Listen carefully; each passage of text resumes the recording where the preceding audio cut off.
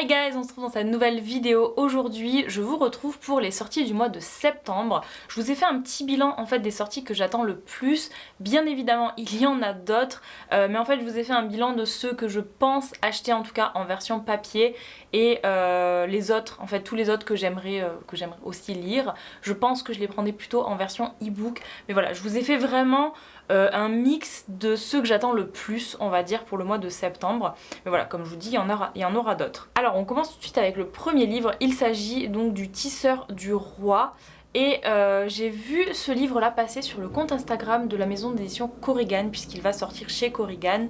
C'est un livre, donc romance, bien sûr, romance fantasy, qui parle de royauté. Je n'ai pas encore lu le résumé, mais j'imagine que ça va être une histoire un petit peu... On nous dit Tisseur du Roi, donc c'est forcément quelqu'un... qui ne fait pas partie de la royauté mais qui travaille pour le roi, en tout cas qui est son tisseur apparemment, mais je pense que la romance va être peut-être avec la princesse, la fille du roi ou je sais pas, un truc dans le genre. En tout cas j'imagine une histoire comme ça. Mais voilà, faudrait que je lise le résumé d'ailleurs, mais c'est pour vous dire que ce livre-là me tente énormément et si vous voyez un petit peu derrière moi ici, vous avez que des livres de la maison d'édition Korrigan et pareil ici pour les relier en fait, donc voilà, c'est vraiment une maison d'édition que j'adore et quand je vois une nouvelle sortie je me dis bon c'est bon je vais l'acheter c'est sûr.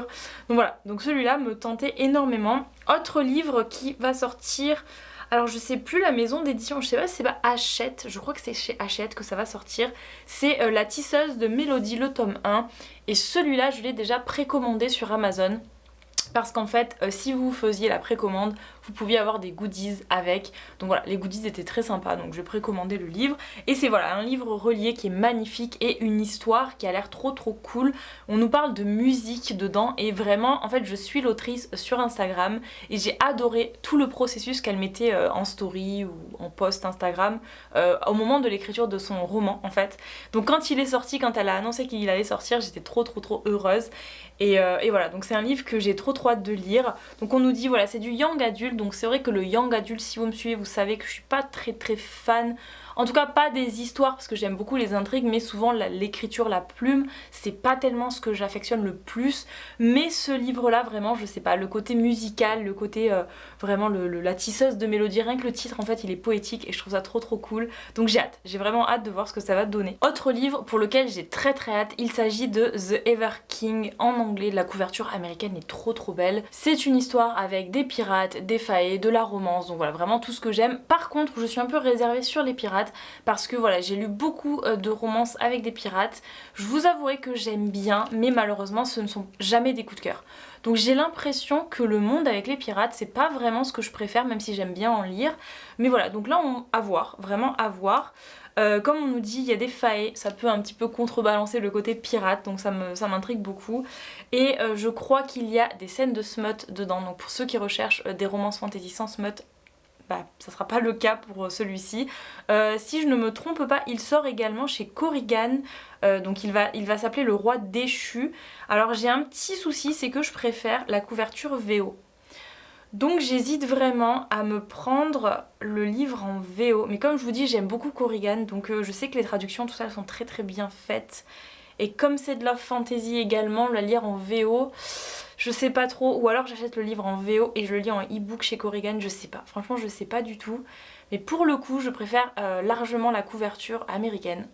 Donc à voir, vraiment je vais réfléchir, mais en tout cas sachez qu'il sort chez Korrigan au mois de septembre, je vous mettrai les dates dans la vidéo. Ensuite on continue avec un livre que j'ai pas vraiment beaucoup vu passer. En fait, je vous explique, je vous regarde beaucoup sur Instagram, sur YouTube, etc. Mais je regarde également sur les sorties de Booknode sur le site, et j'ai vu ce livre-là sur le site. Donc franchement j'en ai pas entendu parler ailleurs, et j'ai regardé un petit peu, pareil, romance fantasy, mais surtout ce qui m'a intriguée au niveau des thèmes de ce livre-là, c'était vengeance, magie et injustice.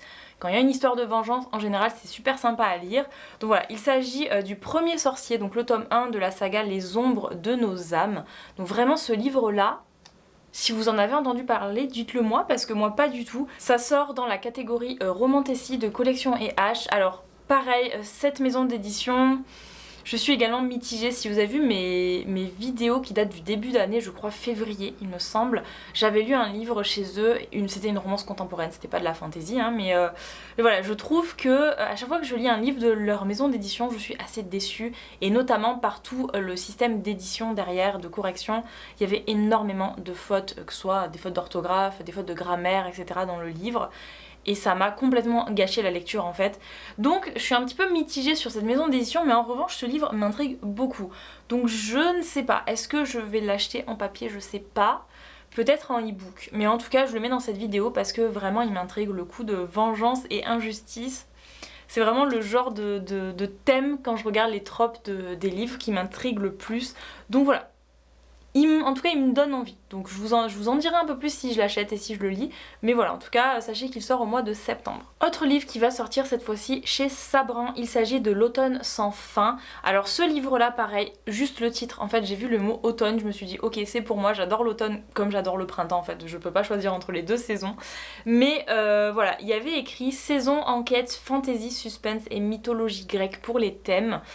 Alors, vous le savez, tout ce qui est enquête, suspense, j'adore. Mais ici, en fait, je ne pense pas que j'achèterai le livre parce que la couverture... Vraiment, le livre m'intéresse de fou, l'histoire m'intéresse beaucoup, mais je vous dirais que la couverture, je suis pas trop fan. Donc je pense que je vais le prendre en e-book celui-là, mais c'est quand même un des livres qui fait partie de mes grosses attentes du mois de septembre. Donc voilà, je voulais le mettre quand même dans cette vidéo-là.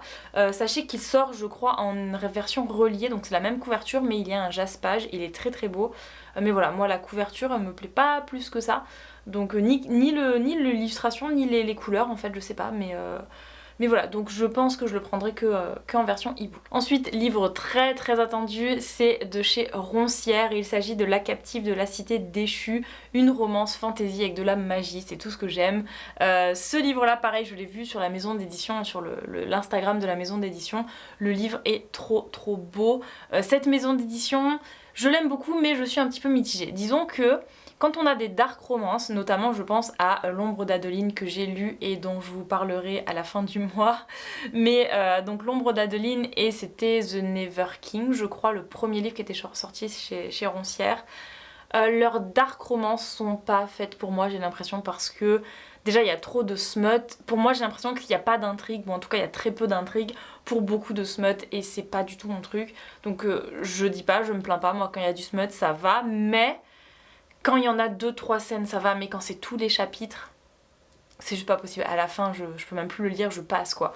Donc voilà, c'était vraiment ce qui m'énervait un petit peu sur les dark romances de cette maison d'édition. En revanche, tout ce qui est romance contemporaine et fantasy chez Roncière, j'adore. Donc ce livre-là, hein, fantasy qui sort chez Roncière, j'avais trop hâte. Et comme je vous dis, le livre est magnifique. Donc voilà, je pense que je l'achèterai. Autre livre que j'attends énormément, c'est le tome 2 de The Way I Used to Be. Donc pareil, je sais pas s'il est là, je crois que je l'ai pas loin. Il est là, le tome 1, je l'avais lu donc je crois fin d'année dernière ou peut-être au début de cette année, je sais plus, en lecture commune. Je n'avais pas plus apprécié que ça parce que c'est du young adulte, voilà, tout simplement. Moi c'est vraiment le young adulte, la plume young adulte avec laquelle j'ai beaucoup de mal. Mais l'histoire en elle-même est très belle et je vous avouerai, la fille m'a un petit peu énervée dans ce tome-là, même si bien évidemment elle a un contexte, un passé qui fait que ça peut se comprendre, mais il y a des choses qui m'ont un petit peu énervée. C'est chacun ses goûts, hein, bien sûr. Voilà, il y a la protagoniste, j'ai pas réussi à m'attacher à elle, mais comme je vous dis, l'intrigue et l'histoire est très belle et je voulais quand même lire la suite et en plus le livre est juste magnifique. Donc je me suis dit, quand la suite sort, je pense que je referai peut-être une lecture de celui-là, ça se lit très vite, hein, le young adulte, mais parce que j'ai l'impression d'être restée un petit peu sur ma faim et peut-être également parce que je l'ai lu en lecture commune et c'est vrai que la lecture commune ça a été des chapitres découpés, donc je lisais 3 à 5 chapitres par jour et je devais arrêter ma lecture, lire un autre livre et reprendre le lendemain pour pas spoiler les autres, en fait, pour qu'on suive dans notre lecture. Et du coup ça m'a un petit peu coupée dans ma lecture, je pense que j'aurais pu l'enchaîner en 24-48 heures et peut-être je me dis que c'est pour ça que j'ai moins accroché à l'histoire, le fait de l'avoir lu sur une semaine, ça a pris beaucoup de temps. Donc je le relirai avant de lire le tome 2, mais sachez que donc le tome 2 va sortir au mois de septembre et il s'agit donc The Way I Am Now et bien sûr c'est la suite de celui-ci. Dans celui-ci on voit les problèmes qu'elle a et j'imagine que dans celui-là, je sais pas si elle ira mieux parce que je pense qu'avec ce qui lui est arrivé c'est difficile d'aller mieux. Mais en tout cas, peut-être qu'elle aura guéri de certains traumatismes, je sais pas du tout. En tout cas, il me tarde vraiment d'avoir la suite pour savoir comment ça se termine. Et si je me trompe pas, c'est une duologie, donc c'est vraiment le dernier tome, c'est en 2 livres. Donc vous avez celui-là et celui qui sort au mois de septembre. Ensuite, on a... Et c'est, je vais pas dire c'est la sortie que j'attends le plus parce que j'attends plus une autre sortie que celle-là, mais je dirais que c'est mon numéro 2 en septembre qui va sortir. Il s'agit de la saga Calamity Montana, le tome 1, The Bride, qui sort également chez Roncière. Alors là, c'est sûr que dès sa sortie, je le commande, j'en ai trop envie, vous le savez, si vous avez suivi mes récentes vidéos, je suis devenue complètement fan de l'autrice Devinez Perry, notamment avec Crossroads qui est sorti aux États-Unis en avril ou mai dernier, et avec Indigo Rage qui est sorti chez la maison d'édition Céleste le mois dernier, juin ou juillet, je sais plus. Ça a été pas énormes coups de cœur parce que énorme coup de cœur sur Crossroads mais pas sur Indigo Rage, mais c'était deux 5 étoiles en fait, je les ai adorés. J'adore l'autrice, j'adore la plume de l'autrice, j'adore les intrigues de l'autrice, donc voilà. Et là quand j'ai vu que la saga donc Calamity Montana sortait chez Roncière au même moment, elle a été annoncée au moment où je lisais vraiment Crossroads et franchement j'étais trop contente, mais trop contente, vous imaginez même pas. Et je trouve que le tome français est beaucoup plus beau que le tome américain, notamment le rose là qui a été ajouté, c'est trop beau. Donc voilà, très hâte pour cette saga. Cette saga est une saga en 7 tomes, je pense que ce sont des tomes compagnons donc ils se terminent à chaque fois, mais ça fait quand même une très grosse saga, 7 tomes, on va pas se mentir, surtout si vous aimez la saga et que vous voulez tous les tomes, voilà. Mais c'est encore une romance à suspense, je crois que c'est du Small Town, et on nous dit dans les thèmes célébrité. Donc je sais pas si c'est pas un chanteur ou un acteur, je sais pas du tout. Il y a un truc, je crois que il y a un truc avec la chanson, il me semble, dans ce livre-là. J'avais lu le résumé sur l'Instagram de Roncière, mais je me souviens plus. Mais bref, sachez que dans tous les cas, c'est une autrice que j'adore et j'attends ce livre-là, mais comme le Messie en fait. Donc voilà. Ensuite, on passe. Alors là, c'est vraiment le livre. Le livre que j'attends au mois de septembre, c'est celui-ci. S'il y en a qu'un que je dois choisir, c'est vraiment celui-ci. Et vous allez me dire, franchement, c'est n'importe quoi parce que j'ai déjà tous les livres de toutes les collections possibles. Mais bref, il s'agit de la saga Boys of Tommen, le tome 1 qui sort enfin en français, les gars, donc chez Chatterley. Et là, déjà le livre est trop beau, ils ont fait un jaspage sur le format broché qui est trop beau. Et oui, je sais, ils sont tous là, je les ai tous. Les versions américaines, j'ai derrière... Je vais pas vous les sortir maintenant, mais j'ai également les premières versions qui ont été faites de ce livre-là en anglais.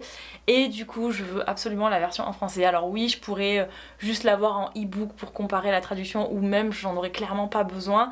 Mais ce livre-là, enfin cette saga-là, pour moi, elle est trop importante. Donc il me fallait absolument la version française, donc voilà. Et bref, je suis trop contente que ça sorte. En plus, depuis le temps que tout le monde en parle, je me dis enfin en France les gens vont pouvoir découvrir cette saga. Donc c'est trop cool, vraiment. Je vous ai même pas dit, mais le titre du tome 1 c'est Binding 13. Je pense que vous connaissez, je pense que vous avez tous entendu parler de cette saga maintenant, qui est le tome 2, c'est Keeping 13 qui est ici. C'est une saga qui est en 5 livres, mais c'est toujours pareil, vous avez des livres qui vont se terminer à chaque fois, donc ça va être des nouveaux couples dans la saga. Quand vous l'aurez lu, vous comprendrez, mais Johnny, dans le tome 1, incroyable. C'est une saga où il n'y a pas de smut. Alors ça c'est très rare, surtout de nos jours. Donc c'est une saga où il n'y a pas de smut, mais la romance est trop belle. C'est un livre qui est quand même assez triste, donc accrochez-vous, sortez les mouchoirs pour ce livre-là. Mais bref, c'est incroyable. Donc c'est une romance sportive avec des secrets, c'est assez compliqué comme histoire, et avec du harcèlement scolaire. Donc pour ceux que ça gêne en fait ce thème là, attention, parce que oui il y a du harcèlement scolaire, nos protagonistes sont quand même assez jeunes, je sais pas s'ils ont 16 ou 17 ans dans le premier tome, je me souviens plus trop, mais voilà, ils sont quand même très jeunes, d'où la raison pour laquelle il n'y a pas vraiment de smut dans cette histoire, mais en tout cas c'est une romance qui est magnifique, qui est trop belle, donc j'ai trop hâte. Ensuite on continue avec une saga, il s'agit de la saga Les Couronnes de Nyaaxia, le tome 2, donc le roi maudit et la couronne sanglante, donc le tome un qui est ici, que j'ai toujours pas lu d'ailleurs, qui est Le Serpent et le Descendant de la Nuit de Carissa Broadbent. Donc le tome 2 va enfin sortir.